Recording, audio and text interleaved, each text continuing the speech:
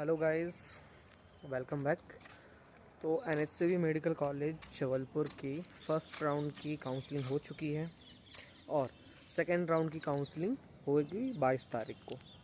तो जो स्टूडेंटों को कोर्स मिल चुके हैं उनको बहुत बहुत कॉन्ग्रेचुलेशंस, और जिनको नहीं मिले वो 22 तारीख को ट्राई कर सकते हैं। अब सबसे बड़ी बात ये है कि जिन स्टूडेंट्स को कोर्स मिल चुके हैं और जिनको लग रहा है कि उन्होंने जो कोर्स लिया है वो उनके लिए अच्छा नहीं है, तो 22 तारीख के पहले वो कोर्स छोड़ सकते हैं। ठीक है, ताकि वो कोर्स उन लोगों को मिल जाए जिन लोगों को उस कोर्स की नीड है। जैसे मुझे बहुत सारे लोगों का कमेंट आया कि सर हमने जो हमें कोर्स चाहिए था हमने ले लिया है, बट अब हमें अच्छा नहीं लग रहा वो कोर्स। ठीक है, हम क्विट करना चाह रहे हैं, हमें दूसरा कोर्स चाहिए। तो ऐसे लोग जिनको कोर्स मिल गया है लेकिन वो कोर्स छोड़ना चाहते हैं, तो वो 22 तारीख के पहले कोर्स छोड़ दें, ताकि वो 22 तारीख को जो काउंसलिंग होने वाली सेकेंड राउंड की उसमें वो सीट काउंट हो जाए और जिनको चाहिए उनको मिल सके। ठीक है, और स्टूडेंट्स के लिए एक और एडवाइस ये है कि यदि आप जो भी कोर्स करना चाह रहे हैं मेडिकल का, बीपीटी, बीएमएलटी, एक्सवाइजेड जो भी है ना, तो सबसे पहले उस कोर्स के बारे में आप जानकारी निकालिए।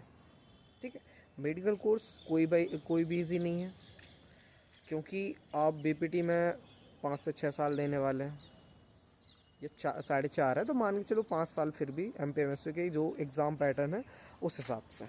ठीक है, तो उस हिसाब से अपन देखें तो आपको डिफ़िकल्टीज़ भी बहुत, पेशेंस भी बहुत चाहिए, और साथ ही साथ पढ़ाई भी आपको बहुत ही हार्ड करनी पड़ेगी, क्योंकि मेडिकल फील्ड की जो भी पढ़ाई सारी इंग्लिश में होती है ना। भले ही आप कितना ही हिंदी और इंग्लिश मिक्स करके लिखें, लेकिन आप यदि सटीक आंसर नहीं लिखेंगे तो आपको मार्क्स नहीं मिलेंगे, आप फेल हो जाएंगे। ठीक है, तो जो स्टूडेंट्स ने कोर्स ले लिया है वो इस पे और विचार विमर्श करें, देखें कि हम इसको कर पाएंगे कि नहीं कर पाएंगे, पढ़ पाएंगे नहीं पढ़ पाएंगे। क्योंकि मैं बता दूं, जब हमारा एडमिशन हुआ था तो हमारा 50 का बैच था, लेकिन क्लास चालू होने के 6 महीने के अंदर 8 स्टूडेंट्स ने क्विट कर दिया, जो कि अभी हमारा बैच 42 या 40 के अराउंड बचा हुआ। तो वो सीट्स बेकार गई, क्योंकि उनका एडमिशन तो कैंसिल हो गया। ठीक है, चली गई। तो हो सकता था वो 8 कोर्सेस, जो 8 सीट हैं, वो किन्हीं और को मिल जाती जो डिज़र्विंग थे, है ना। तो आप कोशिश करिए कि यदि आपने जो भी कोर्स लिया है यदि वो कर पा रहे हैं उसके बारे में जानकारी निकालिए, नहीं कर पा रहे हैं, कर पा रहे हैं, और यदि नहीं कर पा रहे हैं तो उस कोर्स को क्विट करें और किसी और को मौका दें। ठीक है, क्योंकि बहुत सारे स्टूडेंट्स ने मुझे कमेंट किया है। तो यदि आपका लग रहा है आपको कि नहीं कर पाएंगे तो उसे क्विट कर दीजिए। और एक चीज़ और है कि जिन्हों को भी कोर्स मिल गया है और यदि वो कोर्स क्विट करते हैं तो उनको 4,000 रुपये लगेगा, जो कि वहाँ टीचर्स ने भी बताया था, प्रोफेसर्स ने बताया था कि यदि आप कोर्स छोड़ते हो बीच में, है ना, और जो सीट मिल चुकी है आपको, तो उसके लिए आपको 4,000 रुपये देने पड़ेंगे। ठीक है, तो उस चीज़ के लिए भी आप तैयार रहें। यदि आप कोर्स लेने के बाद कोर्स छोड़ते हैं तो 4,000 लगेगा, चाहे अभी हो चाहे बाद में हो, है ना। और यदि अगर बाद में करते तो हो सकता है कि आपको फ़ीस, जो आपकी फ़ीस है जैसे 90,000, उसका 50% आपको चुकाना पड़े, तब जाके आपको कोर्स छोड़ने देंगे। ठीक है, तो इस चीज़ का भी ध्यान रखें कि, क्योंकि फैमिली वाले हैं आपके, परेशान वही होंगे और आप भी परेशान होंगे। ठीक है, क्योंकि गवर्नमेंट के अपने अपने रूल्स हैं, है ना। हो सकता है यदि आपको कोर्स ना छोड़ने दिया जाए, आपसे बहुत ज़्यादा पैसे का डिमांड हो कि भाई हम ये कोर्स किसी और को दे सकते थे, क्योंकि एक सीट पे 4 साल का समथिंग 4 लाख रुपए होता है, तो गवर्नमेंट अपना घाटा नहीं कराना चाहेगी।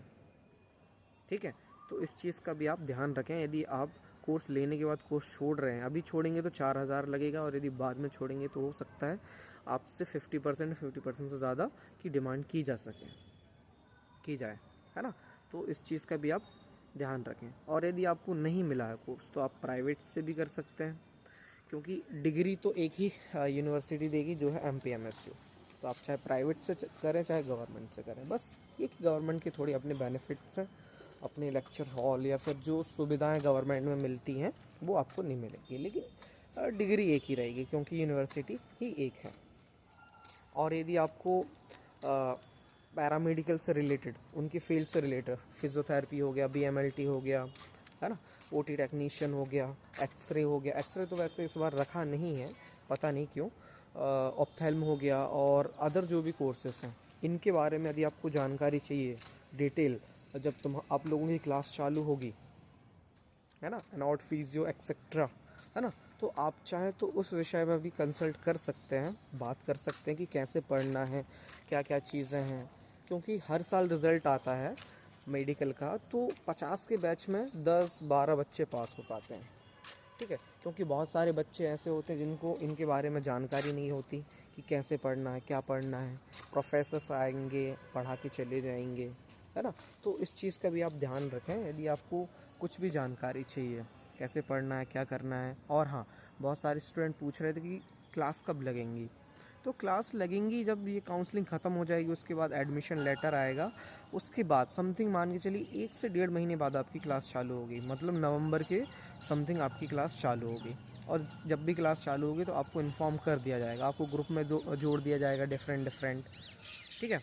अब उसके बाद बहुत सारे स्टूडेंट ने ये भी पूछा था कि क्लास की टाइमिंग क्या होती है, तो एनएससीबी मेडिकल कॉलेज में सुबह 9 बजे से क्लास रहती है, ठीक है।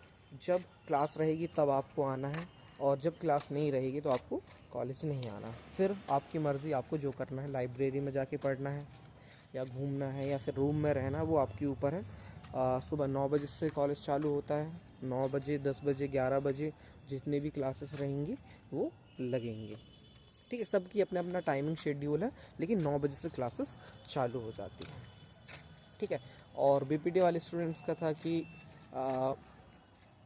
कि उनको जो प्रैक्टिकल्स वगैरह एनएससीबी में कैसे कराए जाते हैं, तो हाँ, यहाँ पे जो ह्यूमंस बॉडी होती है उनमें भी स्टूडेंट्स को प्रैक्टिस कराया जाता है, एग्जीबिशन किया जाता है, बताया जाता है, अच्छे से पढ़ाया जाता है कि किस तरीके से ह्यूमन हार्ट है ना, ह्यूमन बॉडी है, उसका एक्सपोजर अच्छा होता है।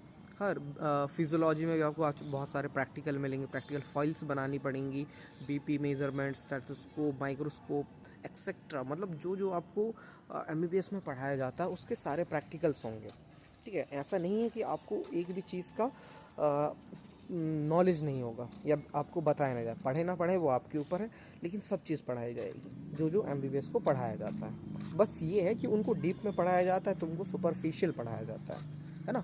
ऐसा नहीं है कि बिल्कुल, क्योंकि उनको डीप में इसलिए पढ़ना एमबीबीएस वालों क्योंकि उनका बड़ा फील्ड है, ठीक है। आपको इसलिए पढ़ाया जाता है ताकि आपको उस चीज़ का जानकारी हो, क्योंकि आपके पास भी पेशेंट आएंगे हर प्रकार के, ताकि आप ये बता पाएँ कि इस पेशेंट को किस चीज़ की रिक्वायरमेंट है, ठीक है। तो ये बीपीटी वालों के लिए है, और यदि बीपीटी वाले चाहें, है ना, और उनको गाइडेंस चाहिए तो मुझे कमेंट करके बता सकते हैं, मैं उनको गाइड कर सकता हूँ। आज के लिए बस इतनी, थैंक यू।